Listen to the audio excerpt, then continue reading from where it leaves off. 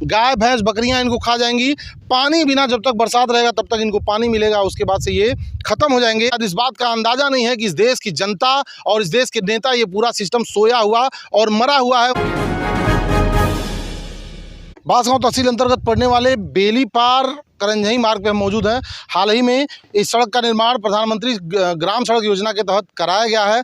सड़क बेहतरीन बनी है, सड़क की बात नहीं करेंगे, लेकिन सड़क के किनारे किनारे इस समय वृक्षारोपण का कार्य चल रहा है। अभी हाल ही में 12 जुलाई को मुख्यमंत्री ने भी वृक्षारोपण महाअभियान महायज्ञ शुरू किया है, जिसमें करोड़ों पेड़ लगाए जाने थे। आपको दिखा दें, सड़क के किनारे इस तरह के पेड़ लगाए गए हैं, जो यहाँ से लेकर के करजई तक लगाए गए हैं। लेकिन पेड़ों को इस तरह से लगा करके खानापूर्ति कर देना क्या ठीक है?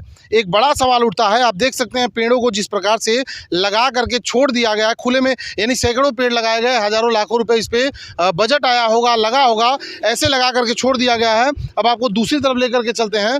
बिना किसी सुरक्षा व्यवस्था के पेड़ों को लगा दिया गया है। ये पेड़ ऐसी हालत में कितने दिन चलेंगे? आप देखिए, एक पेड़ आपको यहाँ दिख रहा होगा, दूसरा पेड़ आपको यहाँ दिखा रहे हैं, और लगभग सभी पेड़ों का यही हाल है। पेड़ लगाए तो जाते हैं, कागज़ में तो पूरा बाकायदा मेंटेन किया जाता है कि इतने लाख, इतने हज़ार, इतने 100 वृक्षारोपण कराए गए, लेकिन क्या कोई अधिकारी उसके बाद मौका मुआयना करने आता है?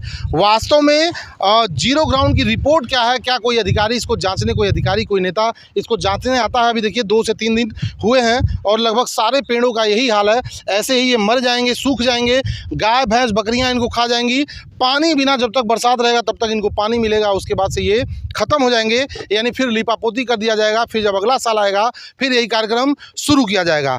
हर साल हर ग्राम, पूरे देश की बात कर रहे हैं, पूरे उत्तर प्रदेश की बात कर रहे हैं, हर साल हर ग्राम सभा में हज़ारों पेड़ सौंपे जाते हैं ब्लॉक के द्वारा और उनका वृक्षारोपण कराया जाता है। लेकिन उनमें से कितने पेड़ अब तक तैयार हुए हैं, क्या इसकी जानकारी किसी को है?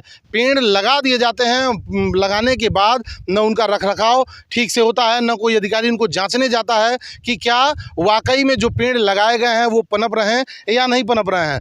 दिल्ली में अभी सोनम वांगचुक आमरण अनशन पे हैं। उनको शायद इस बात का अंदाज़ा नहीं है कि इस देश की जनता और इस देश के नेता, ये पूरा सिस्टम सोया हुआ और मरा हुआ है। उनके मर जाने से किसी को कोई फ़र्क नहीं पड़ने वाला। जिन छात्रों के लिए वो आज वहाँ आमरण अनशन पे हैं, वो छात्र उनका हालचाल लेने नहीं जा रहे हैं। आपको बता दें, मरने के बाद अगर ये सोनम वांगचुक को कुछ हो जाता है तो देश में क्रांति आ जाएगी। हर ब्लॉक से, हर थाना स्तर से, हर गांव से लोग निकलेंगे और बड़े बड़े ज्ञान बांटेंगे। लेकिन जब तक वो लड़ाई लड़ रहे हैं, उनके सहयोग में कोई उतरने वाला नहीं है। शायद वो भूल गए। उसी तरह से लाखों पेड़ हर साल लगाए जाते हैं, हज़ारों पेड़ भी उनमें से तैयार नहीं हो पाते हैं। पूरे सड़क के किनारे पेड़ लगाए गए हैं, लेकिन आपको दिखाएंगे, आप देख लीजिए, 2 से 3 दिन अभी पेड़ों को लगाए हुए हैं और हर पेड़ की दशा आपको दिखा दें।